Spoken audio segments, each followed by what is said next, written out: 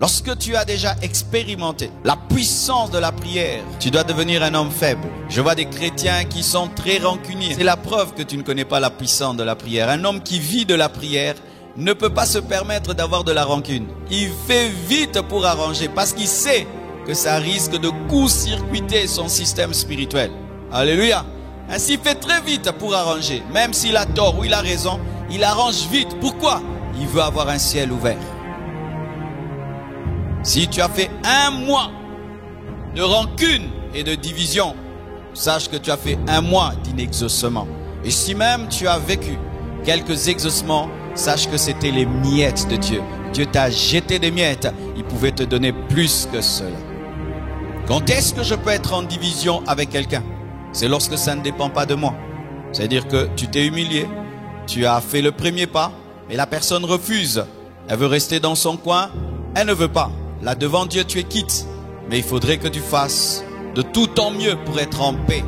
Mais si cela ne dépend pas de toi, la personne a décidé de te haïr, elle a refusé de te pardonner, là tu es en paix avec Dieu. Mais vous devez faire un effort, l'effort d'arranger, l'effort de vous réconcilier. C'est pourquoi souvent les départements d'intercession dans les églises sont attaqués par la division, par des discordances. Si vous êtes là, président de département, et vous dirigez l'intercession, vous devez veiller qu'il n'y ait jamais de division. 3 intercesseurs contre 5 intercesseurs, 10 intercesseurs qui critiquent leur président. Quand vous priez, le diable se moque de vous parce qu'il connaît la parole de Dieu. L'unité, l'unité. Deuxièmement, la restauration de la communion avec Dieu. Redonner à Jésus-Christ sa place dans ta vie. La repentance, te mettre en ordre et ce, dans tous les domaines de ta vie. Pourquoi je le dis? La Bible dit toujours au verset 30, et Élie rétablit l'autel de l'Éternel qui avait été renversé. Les Juifs avaient renversé l'autel de Dieu pour bâtir l'autel de Baal et l'autel d'Astarté. Il y avait un sacrilège en Israël et avant qu'il ne prie, il a d'abord rétabli l'autel de Dieu en Israël, redonné à l'Éternel sa place en Israël avant de prier. Est-ce que l'autel de la croix est rétabli dans ta vie? Est-ce que Jésus-Christ a toujours sa première place dans ton cœur? Est-ce que tu t'es repenti de tous tes péchés? Est-ce que tu as rétabli ta communion avec Dieu avant de prier? On ne prie pas un Dieu en colère. On ne prie pas un Dieu dont l'autel est renversé.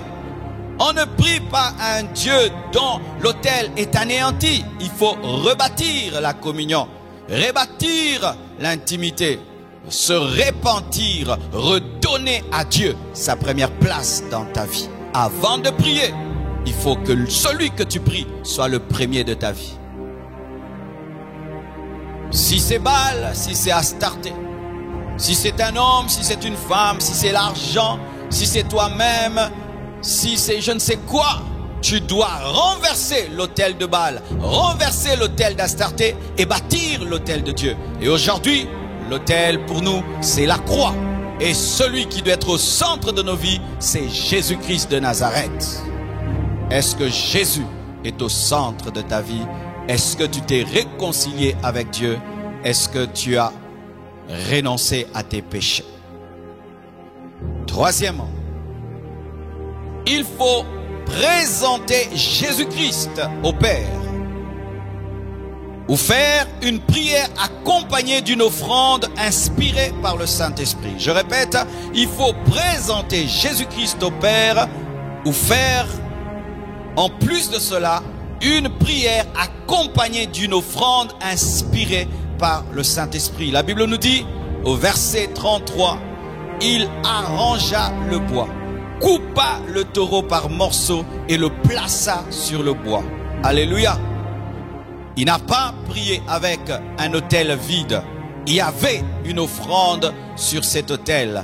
Et l'offrande sur notre autel, d'abord, c'est Jésus-Christ de Nazareth. Lorsque tu pries, tu dois présenter Jésus au Père. Tu ne dois pas présenter ta propre justice. Tu ne dois pas présenter ton estomac vide. Tu ne dois pas présenter tes efforts. Tu dois présenter Jésus. Tu dois prier au nom de Jésus. Rappelez-vous des enseignements sur la prière au nom de Jésus. Dieu ne nous exauce pas. Il exauce son Fils en nous. Il a dit, ce que vous demanderez en mon nom, je le ferai. Quand tu pries, prie au nom de Jésus.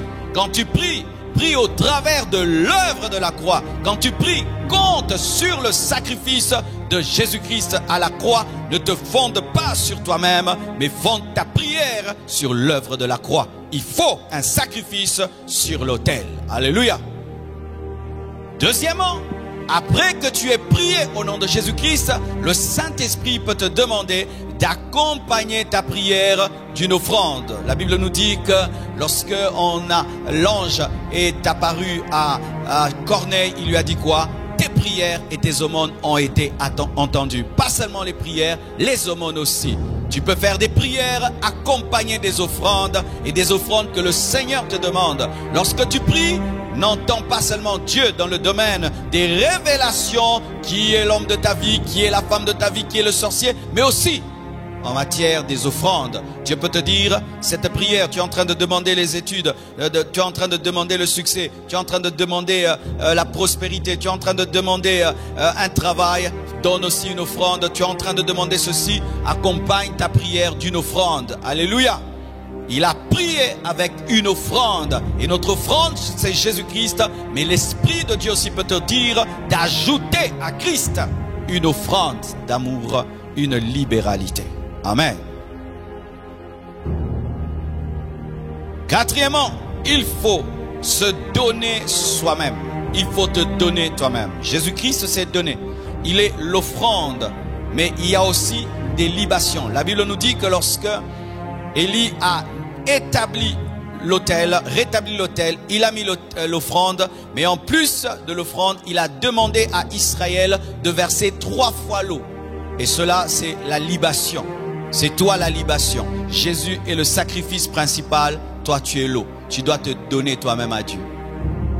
Dieu exauce la prière de celui qui s'est donné à lui-même. Et totalement. On ne dit pas qu'on a versé l'eau une fois, ni 2 fois, c'était 3 fois. Et l'homme a 3 parties. Le corps, l'âme et l'esprit. Et Dieu te demande de l'aimer de tout ton corps, ton âme, ton esprit. Tu dois te donner totalement. Tu dois verser l'eau 3 fois. Alléluia. Tu dois te donner totalement. Et cette eau est versée sur l'offrande. Et ta vie, tu la donnes à celui qui a donné la sienne en premier. Offrez-vous pendant ce jeûne à Dieu. Donne ta vie à Dieu.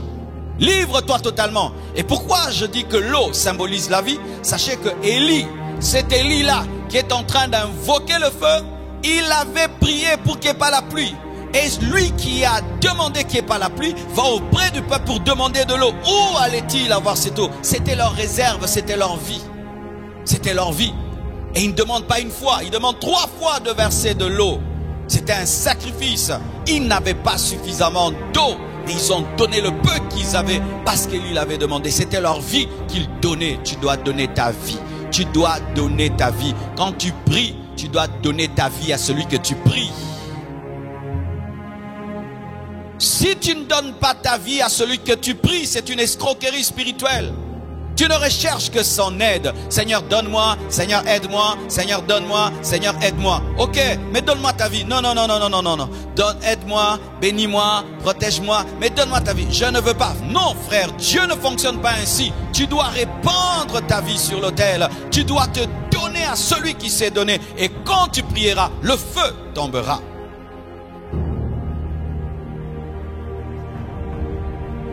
Cinquièmement, il faut connaître celui que tu pries.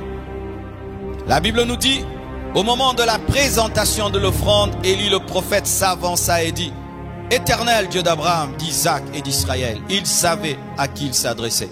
Il ne priait pas en l'air, il ne priait pas un Dieu inconnu. Il savait que celui qu'il priait s'appelait l'Éternel, qu'il était le Dieu d'Abraham, d'Isaac et d'Israël. Il connaissait celui qu'il priait.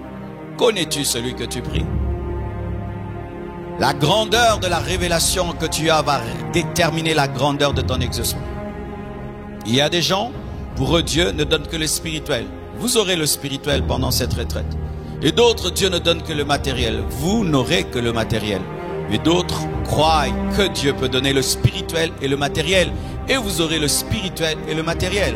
Et certains, ils croient que Dieu est le Dieu qui donne la fourmi. Il te donnera la fourmi, mais d'autres croient que Dieu peut aussi donner l'éléphant. Et il te donnera un éléphant. Tout dépend de ta foi. Si tu crois que Dieu peut faire des grandes choses, il fera des grandes choses. Mais si tu crois que Dieu ne fait jamais des grandes choses, il n'en fera jamais.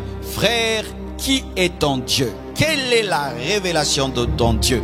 Mon Dieu, c'est celui qui ne m'a jamais abandonné. Ça, c'est le nom de mon Dieu. Celui qui ne m'a jamais abandonné. Dieu ne m'a jamais abandonné. Jamais de jamais. Depuis que je suis chrétien, Dieu ne m'a jamais abandonné. Est-ce que tu as une révélation personnelle de Dieu? Quand tu dis Jéhovah Jireh, est-ce que tu as cette révélation? Jéhovah Shikenu, Adonai, Elohim, Eloheka. Est-ce que tu as une révélation personnelle de Dieu? Dieu d'Abraham, Dieu d'Isaac et de Jacob, éternel. Celui qui n'a ni commencement ni fin. Il est en train de prier. Celui qui n'a ni commencement ni fin. Il le savait qu'il était là, présent. Quand il dit l'éternel, il savait qu'il n'était pas loin, qu'il était là. C'est pourquoi les prophètes de Baal criaient. Lui n'a pas crié parce que c'était l'Éternel. Il savait qu'il était là. Quelle est ta révélation de Dieu? Quelle intimité tu as avec Dieu? Quand tu pries, tu fais comme un perroquet, comme certains enfants qui viennent des fois dans nos cultes et qui voient comment nous prions. Et puis quand ils prient, ils font comme les parents, mais ils ne comprennent rien. Quand tu pries, est-ce que tu t'adresses vraiment à quelqu'un? Quand tu pries, est-ce que tu crois que Jésus-Christ est là? Quand tu pries, est-ce que tu crois que Jésus-Christ est ressuscité? Quand tu pries, est-ce que tu crois que ton Dieu est tout puissant, qu'il est capable? Quand tu pries, est-ce que tu crois en sa fidélité? Quand tu pries, est-ce que tu crois qu'il est ton Père? Quelle est ta révélation? Éternel, Dieu d'Abraham, Dieu d'Isaac et de Jacob, donc le Dieu des alliances. Alléluia. Le Dieu des alliances, Dieu d'Isaac, Dieu de Jacob, Dieu d'Abraham. Il connaissait son Dieu. Il savait sur quoi il se tenait. Est-ce que tu sais sur quoi tu te tiens et sur qui tu te tiens et devant qui tu te trouves? Certains, votre manière de prier, on voit que tu ne traites pas Dieu comme un roi. Devant les autorités de ce monde, il faut voir comment tu es respectueux. Mais à l'église, tu n'es pas respectueux. Tu n'as aucune révérence dans ta manière de te tenir devant Dieu. Mais tu vois comment tu es à carreau devant les autorités de ce monde. Comment tu es respectueux devant les autorités de ce monde. Mais quand il s'agit de Dieu, tu es négligent. Pourquoi? Ton Dieu est petit. Et comme il est petit, il fera des petites choses dans ta vie. Commence par respecter Dieu avant de réclamer des grandes choses. Commence par honorer Dieu avant de réclamer des grandes choses. Commence à le traiter comme un roi avant de te réclamer qu'il te traite comme un prince. Car s'il n'est pas roi, comment il va te traiter comme un prince? Il connaissait le Dieu qu'il priait. Et moi, je prie Jésus-Christ de Nazareth. Je prie Jésus-Christ de Nazareth. Je prie Jésus-Christ de Nazareth. Je prie Jésus-Christ de Nazareth qui est le chemin, la vérité et la vie. Il est le Fils de Dieu. Il est aussi Dieu, l'alpha et l'oméga. La clé qui ouvre le ciel, la porte du paradis. Alléluia. Il a reçu le nom qui est élevé au-dessus de tout autre nom. Et vous êtes sur Jésus sur ta vie. Vous êtes sur Jésus sur ta vie.